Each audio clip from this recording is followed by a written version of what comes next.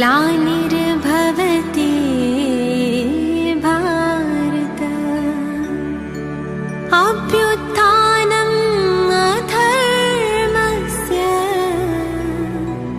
तदात्मानं सृजाम्यहम् परित्राणाय साधूनां विनाशाय च दुष्कृतां धर्म संस्थापनार्थाय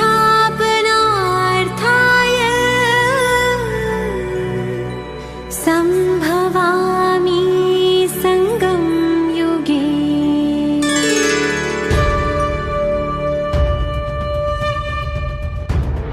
निराकार शिव है आए, गीता का ज्ञान सुनाए। निराकार शिव है आए, गीता का ज्ञान सुनाए। ब्रह्मा तन आधार ले सच्ची सच्ची गीता सुनाए। निराकार शिव है आए, गीता का ज्ञान सुनाए।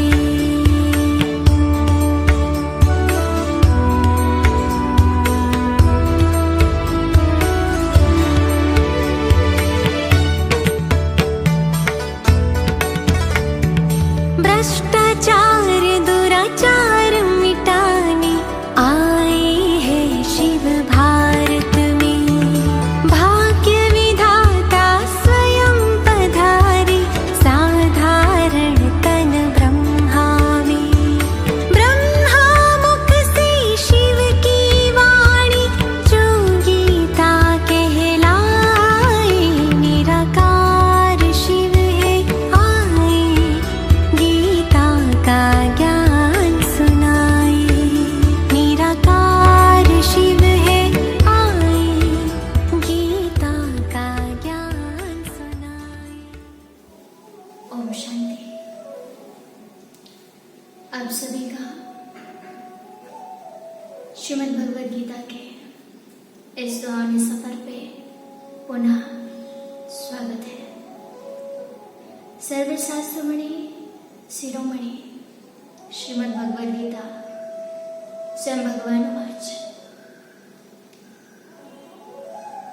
श्रीमद् भगवद गीता की यह ज्ञान सुधा हम सर्व आत्माओं का संबंध उस परमात्मा से जोड़ता है। आज जितना आत्मा का ज्ञान होना जरूरी है, उतना ही परमात्मा का भी संपूर्ण ज्ञान होना अति आवश्यक है। एक बात मैं आपसे कहना चाहूंगी, आपको क्या लगता है कि आज हमारा देश बदल नहीं रहा? जी जरूर बदल रहा है। पहले हम हिंदुस्तानी कहलाते थे, लेकिन आज हम हिंदू, मुस्लिम, सिख, ईसाई कहलाते हैं। आज हम अपने आप को भूल चुके हैं और साथ साथ सत्य परमात्मा का परिचय भी हम भूल चुके हैं। इसलिए तो आज इतने मतभेद हैं। आज परमात्मा के स्वरूप के विषय में दुनिया में इतने अनेक मतांतर है कि सत्य जो है विलुप्त हो चुका है। ईश्वर के नाम से लोग धर्म में बढ़ गए हैं। वसुधैव कुटुंबकम, विश्व बंधुत्व, विश्व एक परिवार की भावना आज की और एक कल्पना मात्र बनकर रह गई है। क्यों ऐसा? क्योंकि आज हम अपने आप को नहीं पहचान रहे हैं। आज हम शरीर के भान में आकर यही कह रहे हैं कि हम हिंदू हैं, मुस्लिम हैं, सिख हैं, ईसाई हैं। इसीलिए शरीर के भान में आने के कारण परमात्मा को भी कह रहे हैं कि ये मेरा भगवान है, ये तेरा भगवान है। मैं आपको जीवन की सच्चाई बताना चाहूंगी कि आज जीवन में जितने दुख आ रहे हैं ना, कष्ट हो रहे हैं, हमें जितने उलझनों में हम फंसते जा रहे हैं, उसका मेन कारण है आत्मा का ज्ञान नहीं और ना ही परमात्मा का ज्ञान।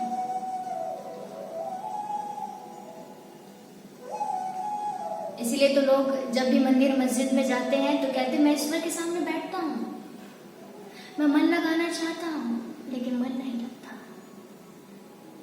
कैसे लगेगा? क्योंकि स्वयं का परिचय नहीं है, ना ही परमात्मा का परिचय है। कैसे लगाना है, किसको लगाना है, इसका ज्ञान ही नहीं है। आज लोग ईश्वर को मंदिर मस्जिदों में, अनेक धर्मों में ढूंढ रहे हैं, लेकिन फिर भी ईश्वर की प्राप्ति नहीं हो पा रही है। ईश्वर से जो सुख का अनुभव होता है वो हमारे जीवन में दिखाई नहीं दे रहा है। इसलिए हर मनुष्य आत्मा यही आश में है कि कहीं न कहीं से कोई आशा का दीपक हमारे मन को संतुष्ट कर दे। मुझे बहुत अच्छी कहानी याद आ रही है। एक बार क्या हुआ, एक व्यक्ति था, वो बहुत पूजा पाठ करता था, भगवान के प्रति बड़ी आस्था थी उसकी। एक दिन उसको पता चला कि उसका उसके बेटे को बहुत बड़ी बीमारी हो गई। वो व्यक्ति अपने बेटे को डॉक्टर के पास लेके जाते हैं। डॉक्टर जैसे इलाज करता है, कुछ समय पश्चात बाहर निकलता है हॉस्पिटल से और कह देता है, जवाब दे देता है कि अभी हमारे हाथ में नहीं, अब तो इसको केवल ऊपर वाला ही बचा सकता है। वो व्यक्ति बेटे के मुंह के कारण इतना उदास हो जाता है और दौड़ते हुए श्री कृष्ण के मंदिर में जाता है, क्योंकि उसकी प्रीति श्री कृष्ण से बहुत थी। और जाता है मंदिर में, कहता है, हे राधा श्याम, हे कृष्ण कन्हैया, मेरे बेटे को बचा ले। बहुत पूजा पाठ करता है, आराधना करता है। 2 दिन ही बीता रहता है कि एक पड़ोसी आता है उसके घर में, कहता है क्या हुआ। वो अपनी सारी बातें बताता है कि ऐसी ऐसी बात है, बेटे का तबीयत ठीक नहीं है। तो वो पड़ोसी कहता है, इस समय तो श्री कृष्ण को याद कर रहा है, इस समय श्री कृष्ण को नहीं, मां अम्बे को याद कर, क्योंकि वो बहुत करुणामयी है। तेरी सारी मनोकामनाएं वो पूरी कर देंगी, बच्चे का तबीयत ठीक हो जाएगा। वो भी व्यक्ति सोचता है, सही है, श्री कृष्ण की आराधना को छोड़कर, उसकी भक्ति को छोड़कर मां अम्बे को याद करता है। और मां अम्बे के पास जाकर कहता है, हे माँ, हे अम्बे माँ, मेरे बच्चे की रक्षा कर, मेरे बच्चे को बचा ले। लेकिन फिर भी बच्चे की तबीयत में कोई सुधार दिखाई नहीं देता है। कुछ समय पश्चात उसका मित्र उससे मिलने आता है, फिर वही बात पूछता है, क्या हुआ। वो फिर अपनी पुनः बात रखता है कि ऐसी ऐसी बात है, बेटे का तबीयत खराब हो गया है। फिर उसका मित्र देखता है कि अम्बे माँ की पूजा कर रहा है।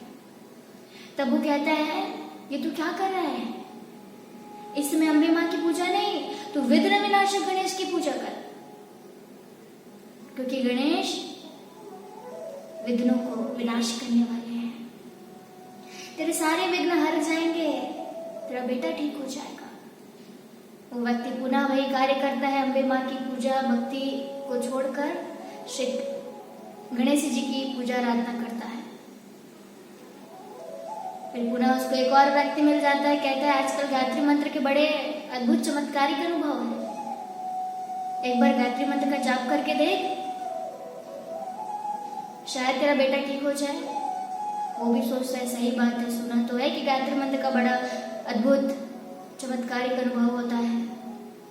वो बड़ी दिल से भक्ति करता है, बड़ी दिल से गायत्री मंत्र का जाप करता है, लेकिन फिर भी बेटे की तबीयत में सुधार नहीं। कुछ दिन बीतते हैं, उसके पश्चात उसके घर पे उसके सगे संबंधी आए रहते। उन्होंने कहा कि क्या हुआ। फिर वही बात कहता है कि बेटे की तबीयत ठीक नहीं है, बेटी की तबीयत ठीक नहीं है। इतने दिन हो गए, मैं इतना पूजा पाठ कर रहा हूँ, फिर भी बेटे की तबीयत में कुछ भी सुधार नहीं हो रहा है। तब उसके सगे संबंधी राय देते हैं। देखिए क्या राय देते हैं, ध्यान से सुनिएगा, आजकल बहुत प्रचलित है ये बात।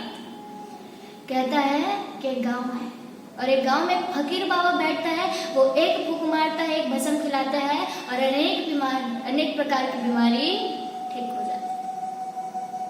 वो व्यक्ति अपने बच्चे को उस फकीर बाबा के पास लेके जाता है, वो कोई भस्म खिलाता है,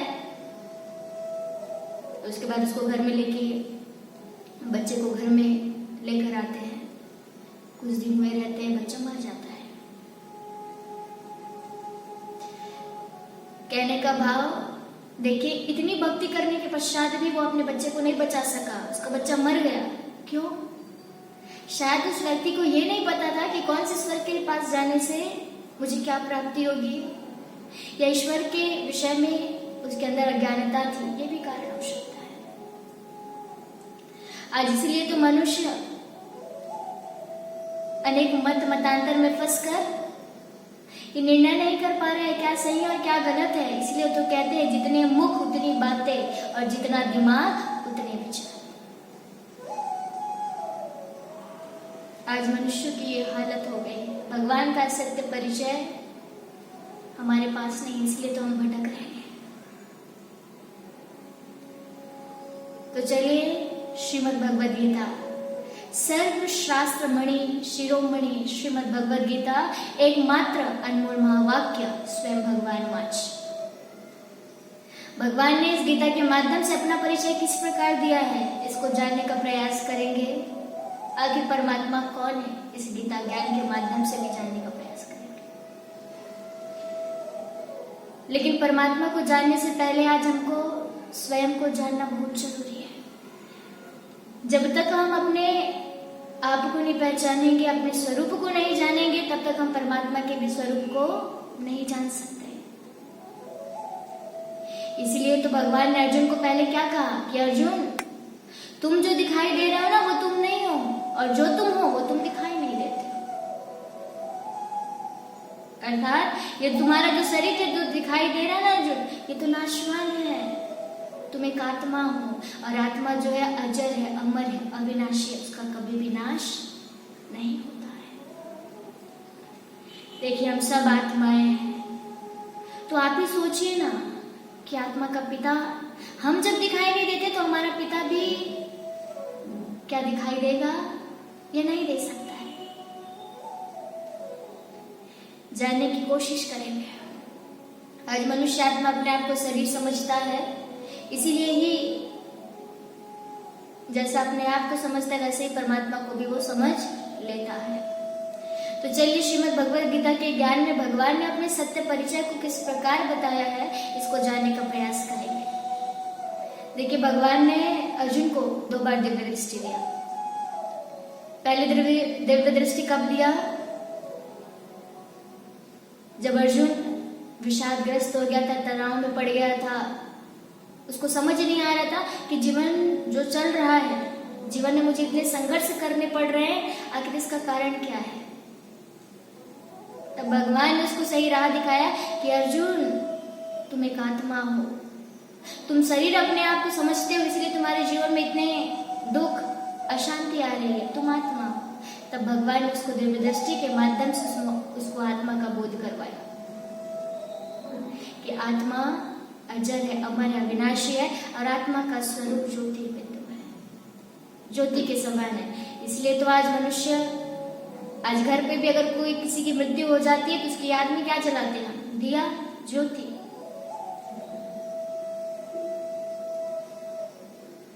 तो परमात्मा ने अर्जुन को कहा कि अर्जुन, तुम जो दिखाई देते हो वो तुम नहीं हो, और फिर अपने लिए भी उन्होंने कहा कि मैं भी जो दिखाई देता हूं वो भी मैं नहीं हूं। देखिए गीता का ज्ञान कौन सुना रहा था? श्री कृष्ण। किसको सुना रहे थे? अर्जुन को। ये अर्जुन बार बार ये पूछते हैं कि हे प्रभु आप कौन हो, आप कौन हो?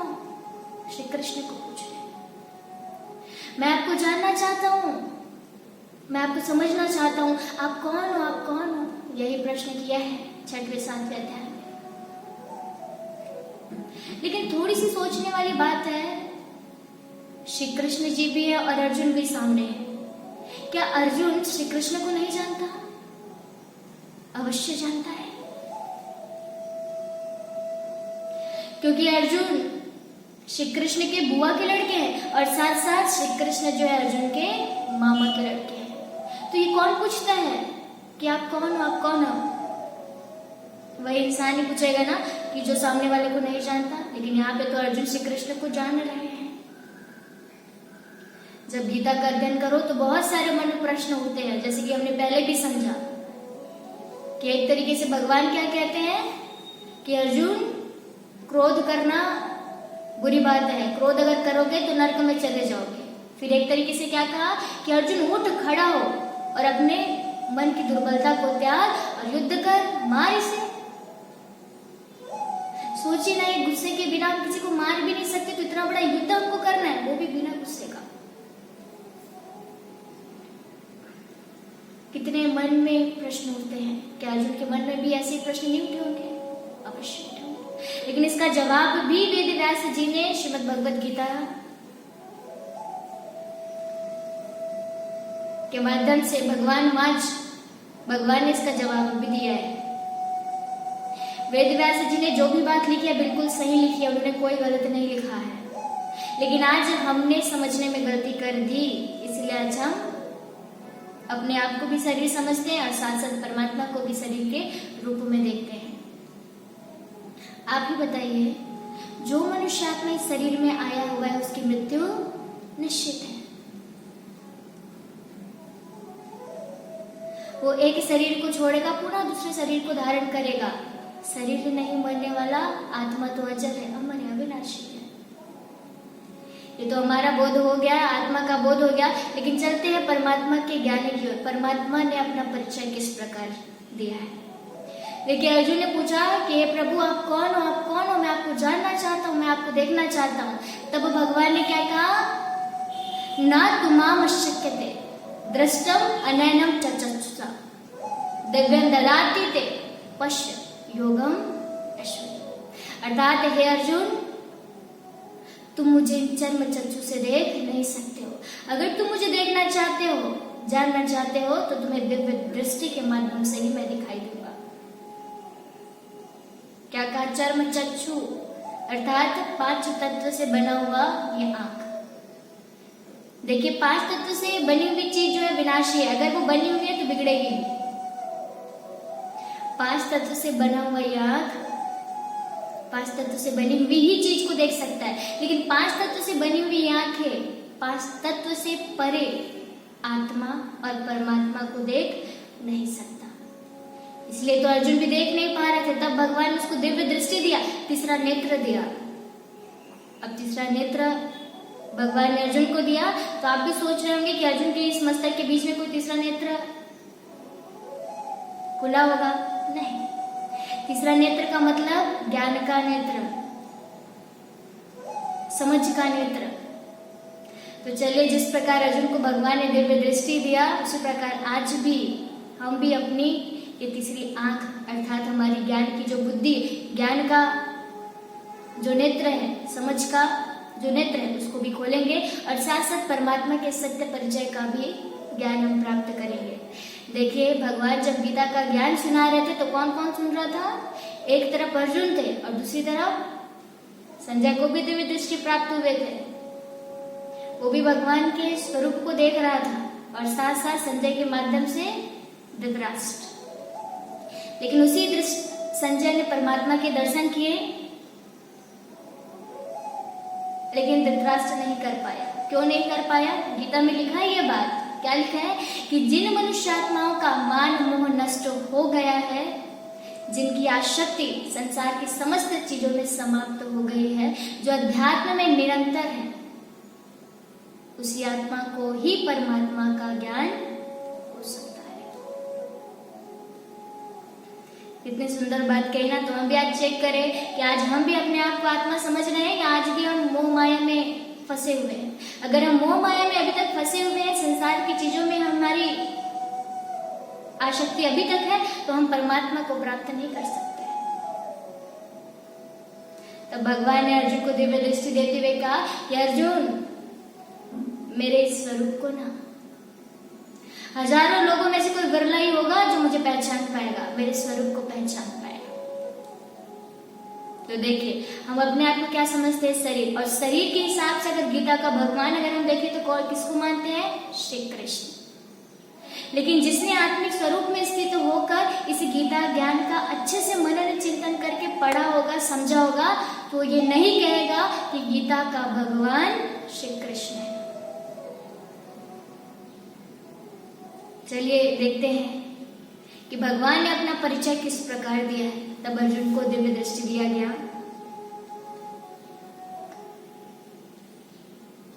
तब अर्जुन कहता है आप कौन हो, आप कौन हो। तब भगवान कहता है कि हे अर्जुन, तुम मुझे जन्म चक्षु से देख नहीं सकते हो, मैं तुम्हें दिव्य दृष्टि देता हूँ। भगवान उनको दिव्य दृष्टि दिया और कहा देख मुझे श्री कृष्ण के शरीर के अंदर, मेरी योग शक्ति योग माया को देख। क्या कहा? इस श्री कृष्ण के अंदर मेरी योग शक्ति को देख। मैं तुम्हें जन्म चक्षु से दिखाई देने वाला नहीं हूं। आप ही सोचिए ये कौन बोल रहा है? श्री कृष्ण या श्री कृष्ण के अंदर जो भगवत शक्ति है, परमात्मा शक्ति है, वो बोल रहा है। श्री कृष्ण जी भी सामने है और साथ साथ अर्जुन भी सामने। क्या अर्जुन श्री कृष्ण को नहीं देख सकते? देख सकते हैं। श्री अर्जुन ही क्या, सारे लोग श्री कृष्ण को देख सकते हैं। लेकिन भगवान ने यहाँ पे क्या कहा? तुम मुझे जन्म चक्षु से देख नहीं सकते हो। तो भगवान ने अर्जुन को दिव्य दृष्टि दिया, तीसरा नेत्र अर्जुन के खुल गए और कहते आप कौन हो प्रभु, आप कौन हो?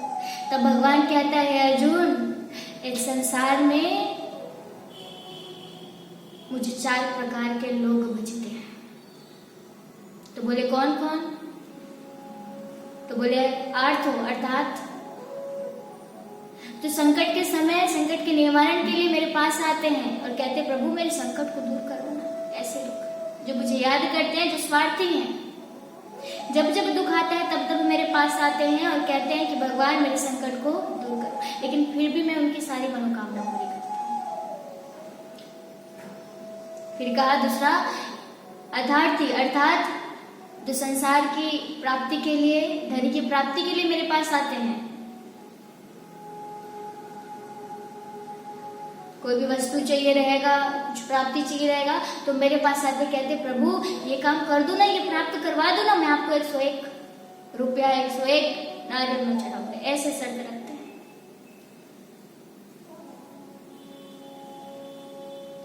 फिर तीसरे नंबर का जिज्ञासु प्रवृत्ति के, जो परमात्मा को मुझे जानना चाहते हैं।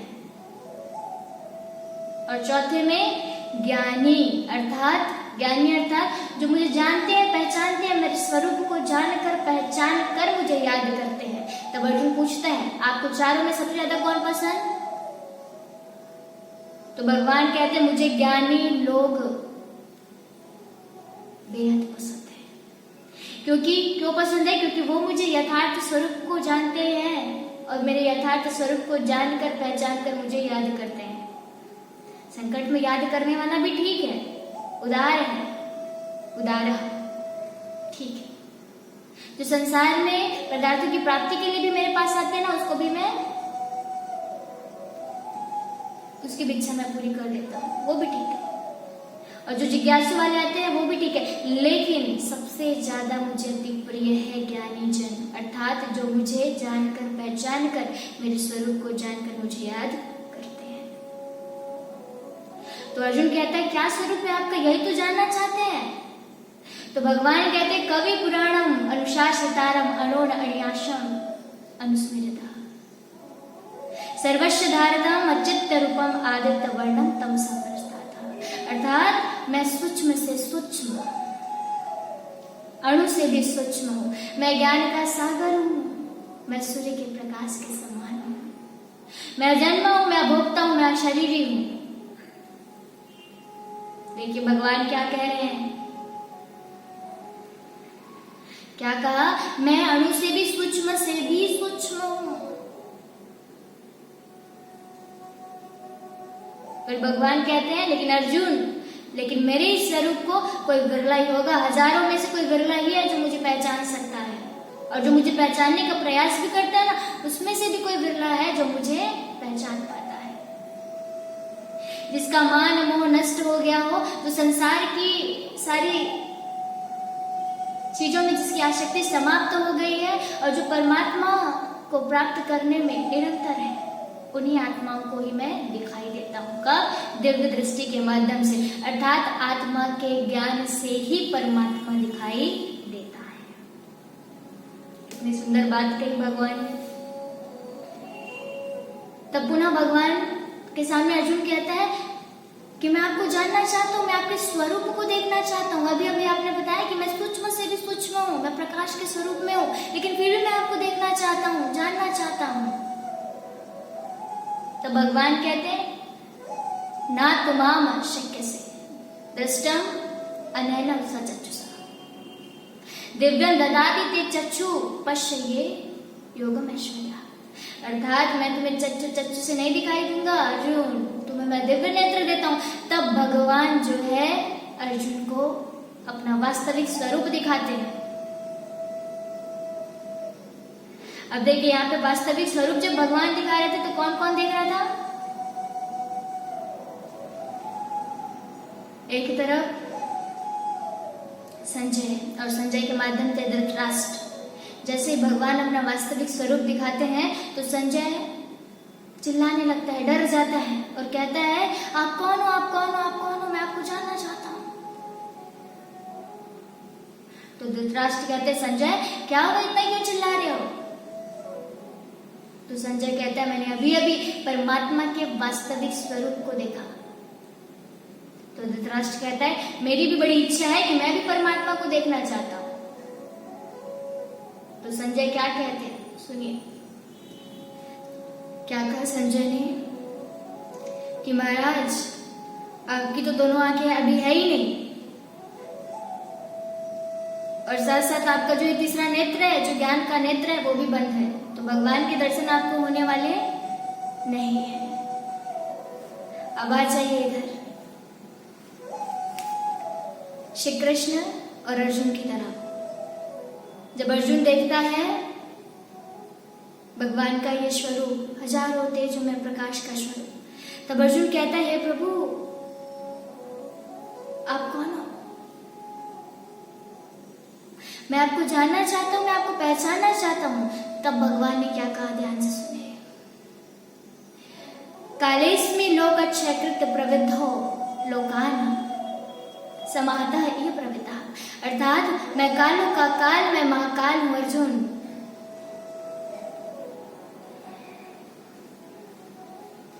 मैं इन तीनों लोगों का नाश करने के लिए आ चुका हूं। ये जितने भी तुम्हें दिखाई दे रहे हैं ना, इन सबकी मृत्यु हो जाएगी। ये सब तुम्हें अब दिखाई देने वाले नहीं है, केवल इसीलिए तुम निमित्त मात्र बन, इन सबको तो मैं ही मारूंगा, केवल तू निमित्त मात्र बन। अर्जुन सोचने लगा कि सही बात है, कि मैं मारूं या ना मारूं, लेकिन ये तो सब जाने ही वाले हैं। उससे अच्छा जाने से पहले ही मैं अपने आप को मोह से, अपने अंदर के मोह को नष्ट कर लेता हूं, और वो नष्ट मोह बन जाता है। और भगवान को कहता है कि प्रभु आप जैसा कहेंगे मैं वैसा करने के लिए तैयार हूं। और अर्जुन पुनः युद्ध करने के लिए तैयार हो जाता है। देखिए जैसे ही विराट, जैसे ही अपने प्रकाश स्वरूप का वर्णन करता है, उसके पश्चात बहुत सारे चेहरे दिखाए जाते हैं, विराट रूप में दिखाया जाता है। वो विराट रूप श्री कृष्ण के हैं। सतयुग से लेकर कलयुग अंत तक उन्होंने जितने भी चेहरे, जितने भी जन्म लिए हैं, वो उनके चेहरे हैं। देखिए, लेकिन इस बात को अगर हम बताना चाहेंगे कि ज्ञान, जो गीता का ज्ञान देने वाला था, वो श्री कृष्ण नहीं, श्री कृष्ण के अंदर जो शक्ति थी, भगवत शक्ति, परमात्मा शक्ति, वो परमात्मा लाइट स्वरूप, प्रकाश स्वरूप। देखिए यहाँ पे उन्होंने क्या कहा कि मैं महाकाल हूँ, कालों का काल, मैं महाकाल हूँ। आज आप बताइए महाकाल की पूजा कहाँ हो रही है?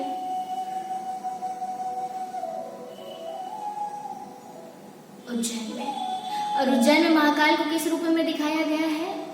शिवलिंग के रूप में, अर्थात एक ज्योति के रूप में। इसलिए तो इसे ज्योतिर्लिंगम भी कहते हैं। आज चारों दिशाओं में आपको 12 ज्योतिर्लिंगम मिलेंगे। तो भगवान ने यहाँ पे अपना परिचय क्या दिया? मैं प्रकाश स्वरूप हूँ। फिर कहा मैं अजन्मा हूं, मैं अभोक्ता हूं, मेरा कोई लौकिक जन्म नहीं होता, मैं किसी गर्भ में नहीं आता हूं। तो उनसे पूछा गया कि आप कब आते हो? तब उन्होंने कहा यदा यदा ही धर्मस्य ग्लानि भवति भारत अभ्युत्थानम धर्मस्य तदात्मानं सृजाम्यहम्।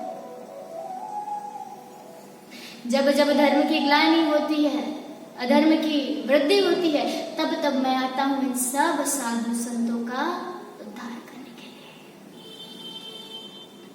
तो आज ही देख लीजिए, क्या धर्म ग्लानि नहीं हो रहा? आज अधर्म का बोलबाला नहीं हो रहा है? आप आज देखिए कोर्ट और कचहरी में जाके कितने सारे केसेस पड़े हुए हैं। आज पति अपने पत्नी को मार रहा है तो पत्नी अपने पति को, कोई बेटे को मार रहा है। धर्म के नाम से कितना मतभेद चल रहा है।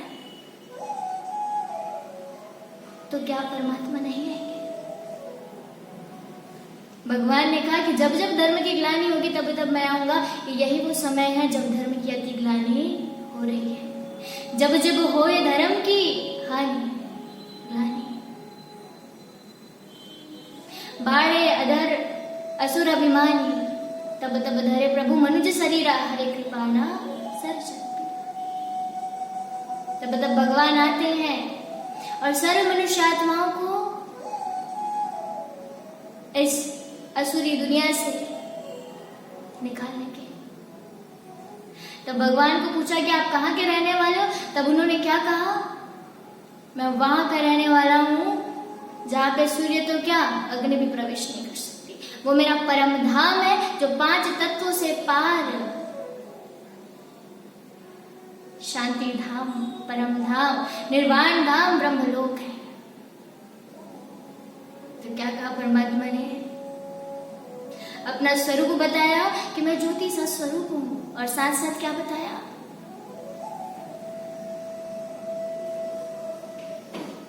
मैं परम धाम का रहने वाला हूं।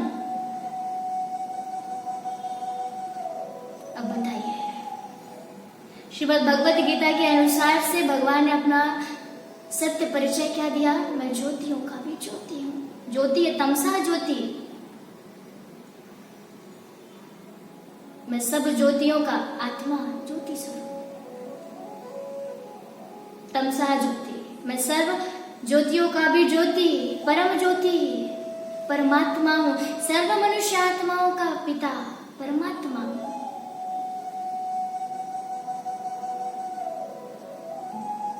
कितनी अच्छी तरीके से भगवान ने अपना परिचय दिया। देखिए, तो श्रीमद् भगवत गीता के अनुसार से हो गई। लेकिन थोड़ा सा रामायण में चलते हैं। रामायण में भी क्या कहा गया? जब श्री रामचंद्र जी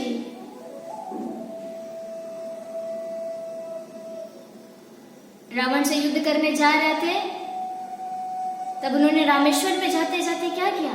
शिवलिंग की स्थापना की और उनसे शक्ति प्राप्त किया। क्यों शक्ति प्राप्त किया? क्योंकि उन्हें पता था कि रावण जो है, जो चारों वेदों का ज्ञाता है, वो किसका सबसे बड़ा भक्त है? शिव जी का। इसलिए वो जानता है कि अगर मुझे रावण का युद्ध करना है, रावण से लड़ाई करनी है, रावण पे विजय प्राप्त करना है, तो मुझे भी परमात्मा शिव से शक्ति प्राप्त करना होगा। और उसी शक्ति के माध्यम से ही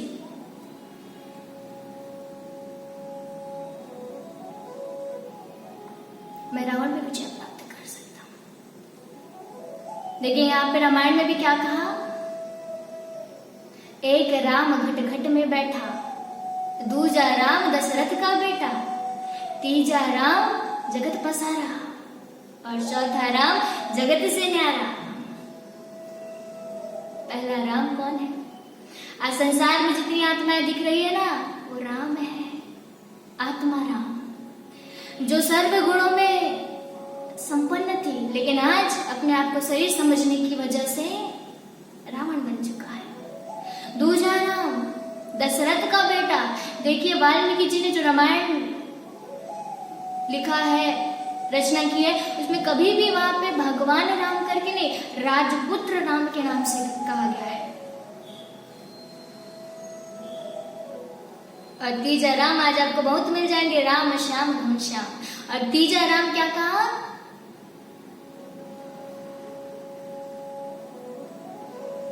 जगत से न्यारा।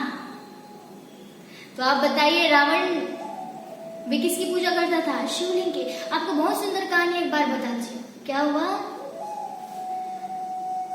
एक बार हम सबने सुना है कि राम के नाम का पत्थर पानी में भी तैरने लगा।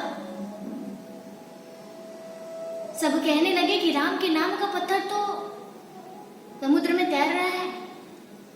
तो राम जी ने भी सोचा, चलो मैं भी अपने नाम का, मेरे नाम का पत्थर तो तैर रहा है, मैं भी नाम लिख के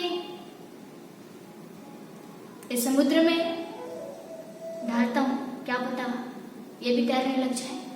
तो श्री रामचंद्र जी ने अपने ही नाम से लिखा राम, लेकिन पता है वो पत्थर डूब गई, तैर नहीं पाई। तब लोग क्या कहने लगे कि राम से भी बढ़कर राम का नाम है। तो ये कौन सी राम की बात है? चलिए आगे चलते हैं। जैसे ये पता चलता है मंदोदरी को, तो भागते भागते जाती है रावण के पास, कहती है स्वामी स्वामी। तो बोलते क्या हुआ, आप सीता को जल्दी छोड़ दीजिए। तो बोले क्यों? अरे उस राम के नाम का पत्थर समुद्र में तैर रहा है, उस राम से क्या पंगा लेना, छोड़ दीजिए आप सीता को। तो रावण क्या कहता है, अरे अरे तू क्या बताती है, मैं भी राम के नाम से पत्थर डाल के तैरा सकता हूँ। क्या कहा? मैं भी तैरा सकता हूँ। तो मंदोदरी बोलती कैसे तैरा सकते हैं? तो दोनों लंका के तट पर समुद्र के किनारे गए और एक पत्थर लिया, उसमें भी रावण ने बड़े प्यार से लिखा, क्या?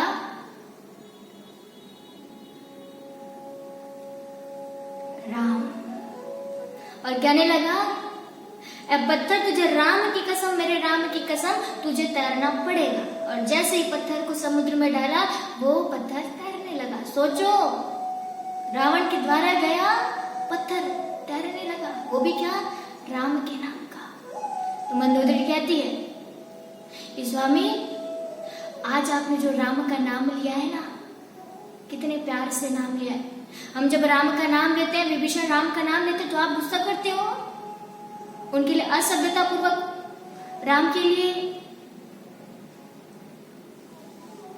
ऐसी वैसी बातें अपने मन से कहते हो। लेकिन आज आपने राम के लिए क्या कहा? ऐ राम की कसम, तुझे आज, मेरे राम की कसम, तुझे आज ये पत्थर तुझे तैरना पड़ेगा। तैर भी गया। तो रावण कहता है, तैरा दिया ना। तो मंदोदरी कहती है, अच्छा ये बताइए, आप जिस राम के नाम का पत्थर आज तैरा रहे हैं, आज उसी राम से आप लड़ रहे हैं। तो रावण कहता है, मंदोदरी, मैं उस राम की बात नहीं कर रहा हूं, मेरा राम तो कोई और है। तो रावण का नाम कौन था? चौथा राम कौन था? जगत से न्यारा। कहता है, मैं राम के भी राम को जो न्यारा है। तो राम भी किसको मानते थे? परमात्मा राम अर्थात शिवलिंग को ही तो मानते थे। तो जगत से न्यारा है, जो प्रकाश स्वरूप है। तो देखिए यहाँ पे भी क्या बताया गया, परमात्मा का स्वरूप जगत से न्यारा, अजन्मा, शरीर वाला नहीं। देखिए रामायण तो हो गई, अब हम थोड़ा सा अनेक धर्म की ओर चलते हैं। अनेक धर्म में क्या कहा गया? इस्लाम धर्म के में एक बहुत ही सुंदर यादगार बात लिखी है। क्या लिखी गई है? हे परवरदिगार, नूरे इलाही, नूर होगा नूर। क्या कहा गया? हे परवरदिगार, नूरे इलाही, मेरा हज कबूल कर। नूर अर्थात प्रकाश का स्वरूप।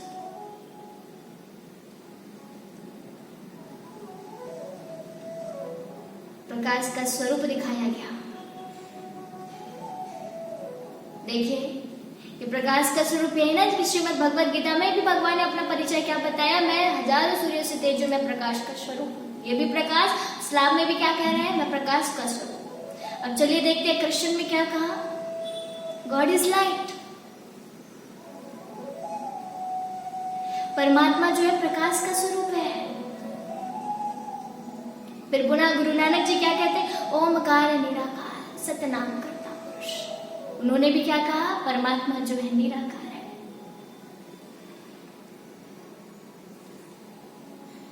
अनेक धर्मों को अगर आप देखेंगे तो कहीं ना कहीं आपको जितने भी दिख रहे हैं ये भी प्रकाश के रूप को ही मानते हैं। देखिए आज क्या कहते हैं? हिंदू मुस्लिम सिख ईसाई आपस में हम सब भाई भाई। कितनी सुंदर बात है।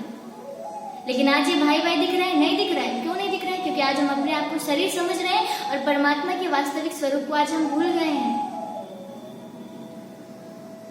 हम सब आत्मा है, ज्योति स्वरूप। तो हमारा परमात्मा भी कैसा होगा? ज्योति समान। हम सब एक परिवार हैं। आप सभी से निवेदन है कि कभी भी धर्म को बांटे नहीं, धर्म के भगवान को ना बांटे। हम सब एक पिता की संतान है। साईं बाबा ने कभी भी ये नहीं कहा कि मैं भगवान हूं, मैं भगवान हूं। उन्होंने भी कहा सबका मालिक एक ऊपर वाला। वो ऊपर वाला कौन? निराकार परम पिता परमात्मा।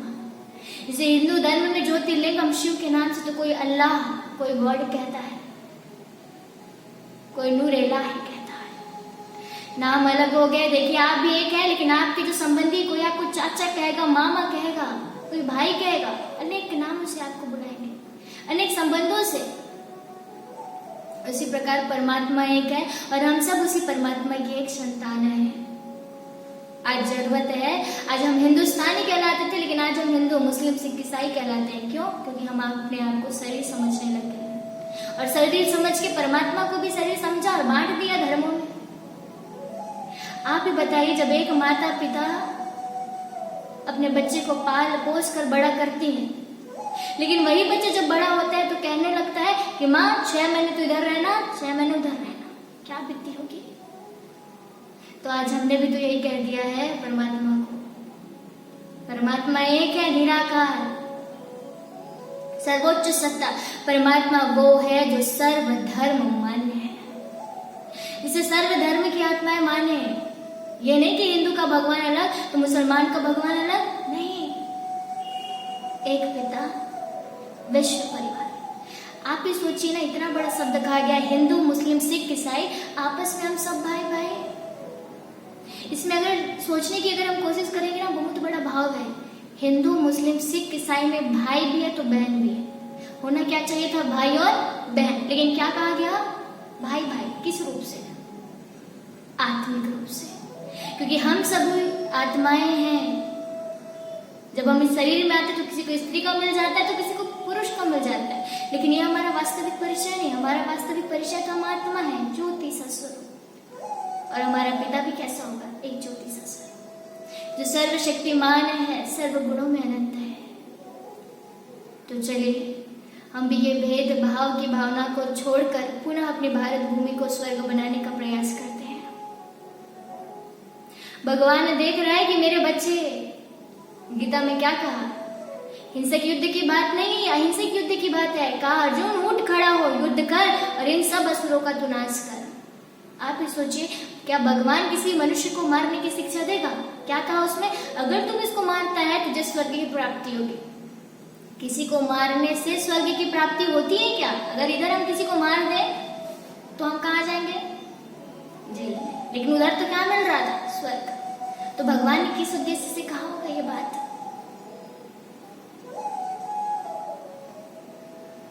हम सभी अर्जुनों को अपने अंदर के बुराइयों को खत्म कर पुनः एक परिवार, विश्व बंधुत्व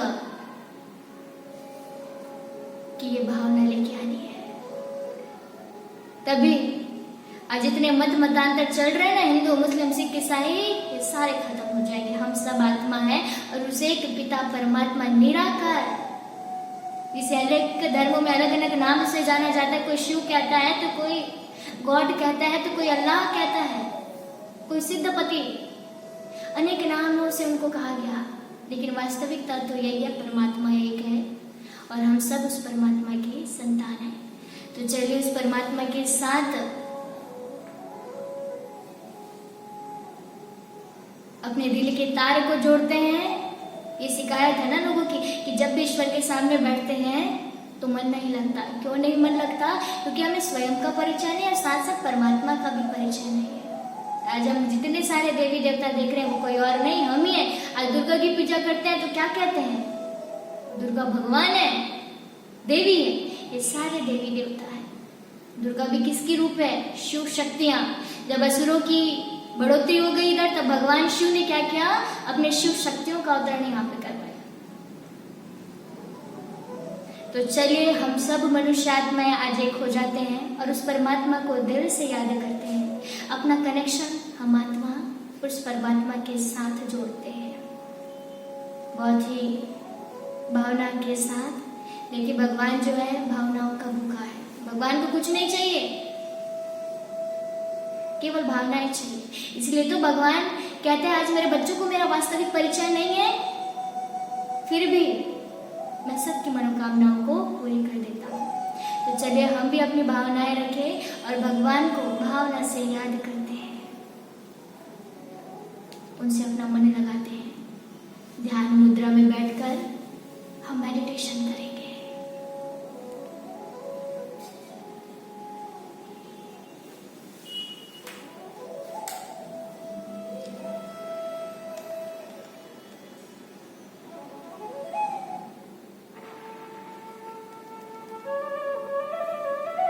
बिल्कुल शांत हो जाए।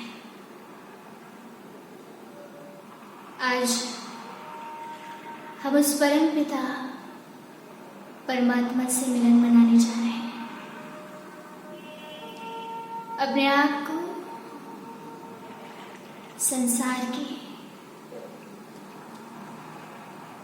सर्व बातों से समेट लें।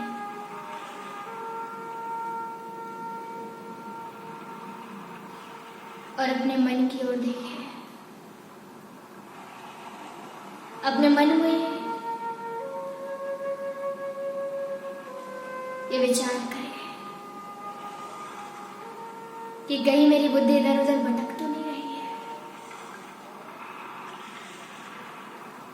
अगर भटक रही है तो शांत करें,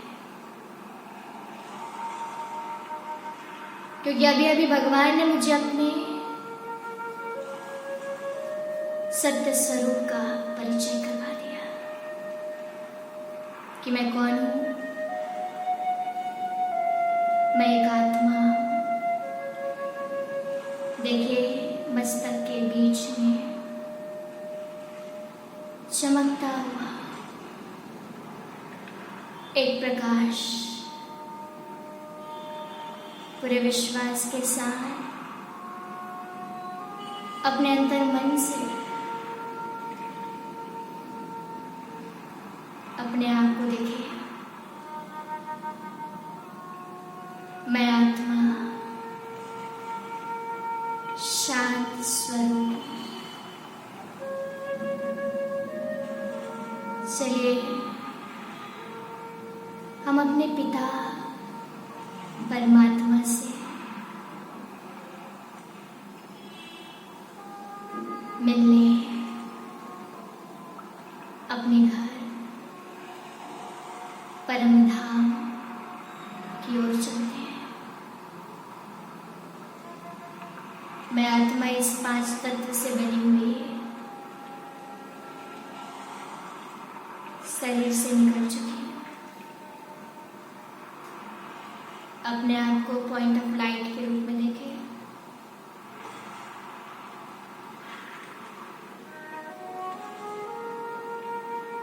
आसमान में देखिए अपने आप को,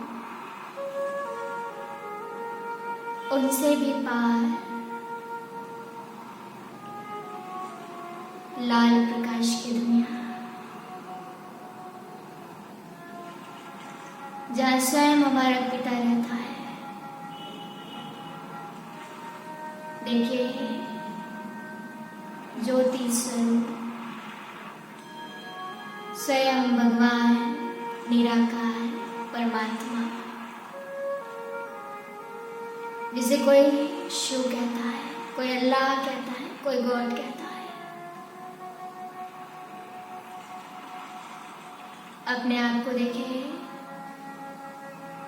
मैं भी आत्मा और मेरा पिता भी परमात्मा ज्योति के समान है।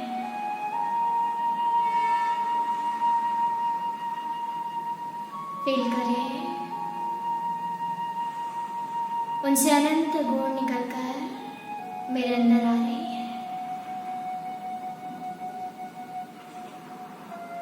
अनंत प्रकाश, अनंत रोशनियां निकलकर मेरे अंदर आ रही है। स्वयं भगवान जो सर्व शक्तियों से, सर्व गुणों से भरपूर है, उसी प्रकार मैं उसकी संतान, मैं आत्मा सर्व गुणों और सर्व शक्तियों से भरपूर हूं। देखिए उस प्रकाश को शिव बाबा से निकलकर मेरे अंदर आ रही है, उस परम पिता परमात्मा से निकलकर मेरे अंदर आ रही है, और मैं आत्मा उसके संपूर्ण प्रकाश में पूरी तरह रंग चुका हूं। मेरे जीवन की सारी समस्याएं समाप्त होती जा रही है, जीवन की सारी उलझनें समाप्त हो गई है, क्योंकि स्वयं परमात्मा मुझे मिल चुका है। अपने आप को आत्मा के रूप में देखें, बार बार अपने आप को ज्योति स्वरूप में देखें। ओम शांति शांति शांति।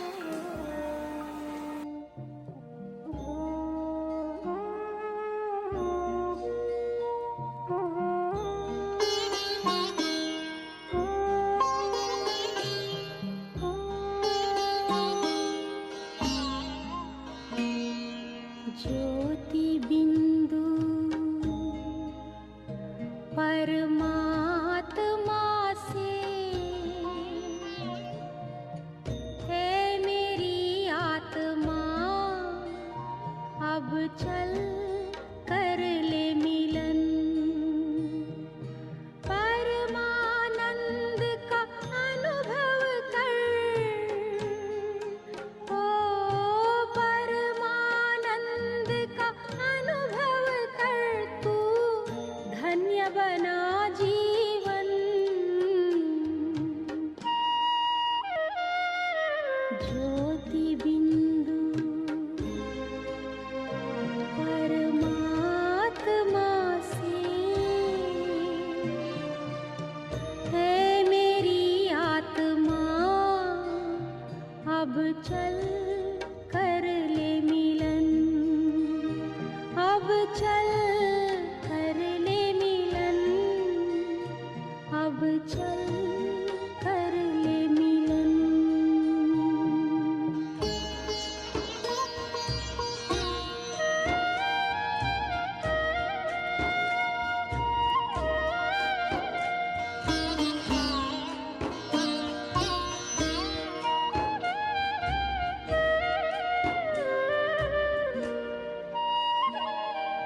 प्रभु की प्राप्ति का मूल मंत्र है संपूर्ण समर्पण।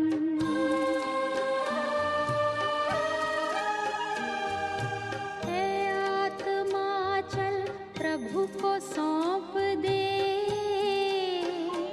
तू सारा जीवन।